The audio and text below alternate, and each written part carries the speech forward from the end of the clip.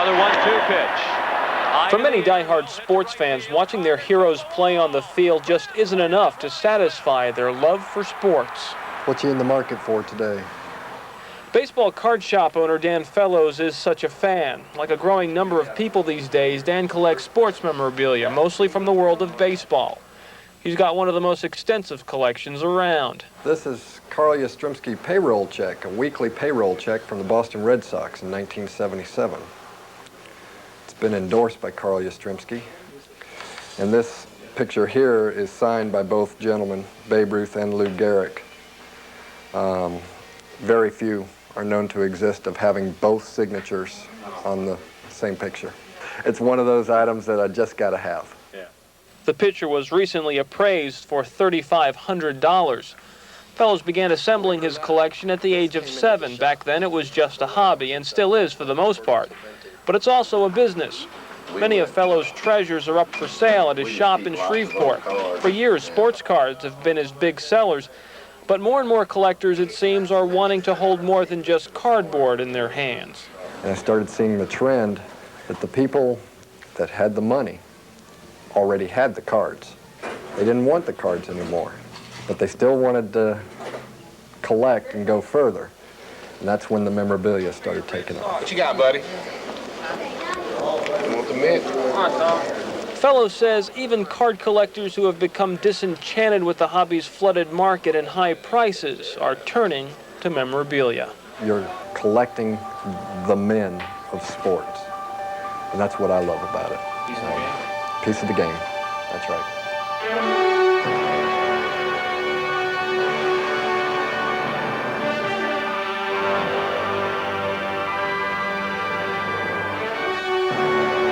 Mark Natale, KSLA News 12.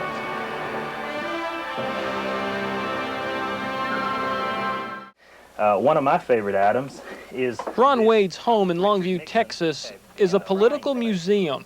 This is a compilation of a lifetime of collecting. I've been collecting ever since I was 10 years old. Wade is a collector of political memorabilia, from buttons to hats, from George Washington to George Bush. And then it's just grown to probably over 250,000 items now that take up every square inch of our house. Wade's specialty is collecting George Bush items. That quest began when he first met Bush, the U.S. Senate candidate, back in the 60s. They've been friends ever since. He's just a tremendous friend and has always been loyal to us, so I'm certainly loyal to him. Wayne is known to have the largest collection of George Bush memorabilia in the world, a collection he's accumulated with help from the Commander-in-Chief himself. I'll get a package of goodies in from the White House, and it'll include the latest Tie-Tacks or little pins or whatever he's giving out at the time. And this is commemorative of Desert Storm, which the top flips up and, of course, has the president in the center. His collection is destined for display at the future George Bush Library, but not everything here will go. Wade may be a Republican, but his collection is nonpartisan. Everybody likes my Ted Kennedy doll. This is a favorite of Democrats and Republicans alike. And the Roosevelt clock was found on the mantles of most homes here in East Texas. Knickknacks like these make up a good portion of Wade's collection, but it's political buttons that are his passion. Hey, how y'all doing? Hi. I got lots of goodies. Recently, Wade organized a political memorabilia show at a Dallas hotel. Before the show starts, dealers travel room to room, bargaining with each other to get first crack at all the buttons and other items. Had tons of stuff. I can't hardly wait. Downstairs, collectors make their rounds, scoping each table, looking for that one button, sticker, or poster that they just can't live without. This is where Wade wheels and deals. Well, I'm going to get this one for $8 and make it up on Texas Tour if you've got it.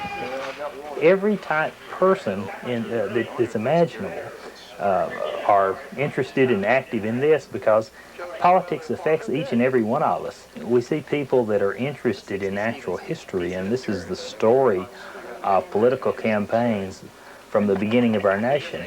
And that spirit tells me in my soul that on November 3rd, we are going to be reelected for 4 more years.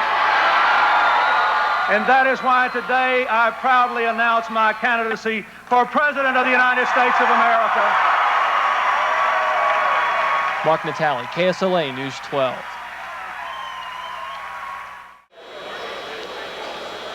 For Boy Scouts who like to collect things, this is the show of shows.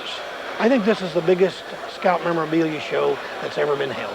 Collecting Boy Scout memorabilia is as old as Scouting itself. The hobby is believed to have started in 1920 during the first Scout World Jamboree in England. It can be insignia, books, pins, medals, coins, uniforms. In the last 15 or 20 years, a lot of the Boy Scout collectibles become quite valuable, and people are getting more and more into the collecting field as an investment. Recently, Scouts from all over the country came to this show in Knoxville, Tennessee. Show organizer Raymond Lee says collecting Scout memorabilia is popular for both young and old. I think it gives them the sense of history. I think they can see old items. I think it gives them an idea that, you know, there is a history, there is a past. How about this one? John Babcock is a Scout from Mansfield, Louisiana. He came to this show with some other local Scouts for one thing: patches. Scouts call them lodge flaps.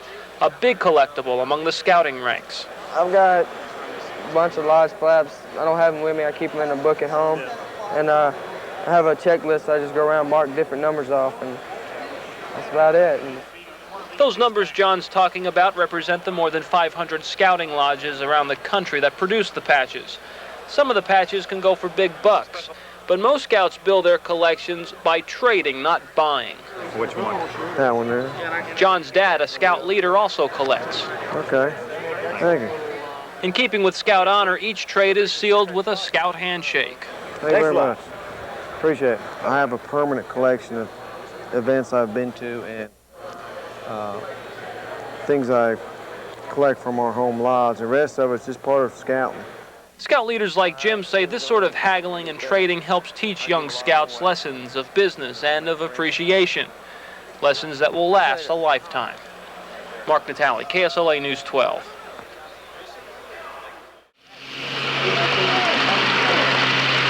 It's nostalgia. It's a throwback to a lot of men grew up when there were steam engines, and the sense of adventure.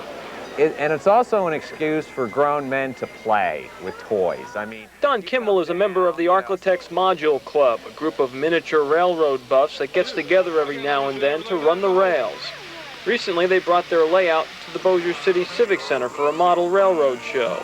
For the wheels on the song as the train rolled along and the black smoke came pouring from the stand. Roger Smith of Woodworth, Louisiana, likes to think of himself as a trainaholic. A few years ago, he began laying track in the back of his van. Now he takes his hobby with him wherever he goes.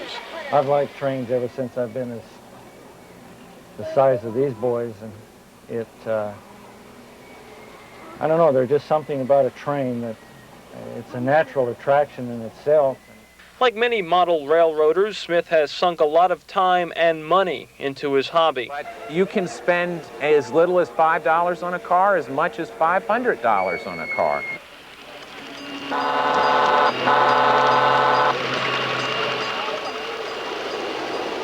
This old fuel storage tank is home to Tom White's own little private railroad. Here, more than 100 rail cars make their way around a 17 by 7 foot layout, past tiny buildings, through mountains, and old rail yards, places where White goes to get away from it all. It's probably the only thing I can do where I can really sit back and relax and not be outside in the cold. Ask any model railroader why they like the tiny trains, and they'll usually say it's because trains are history, they're America. And best of all, they make them feel like a kid again.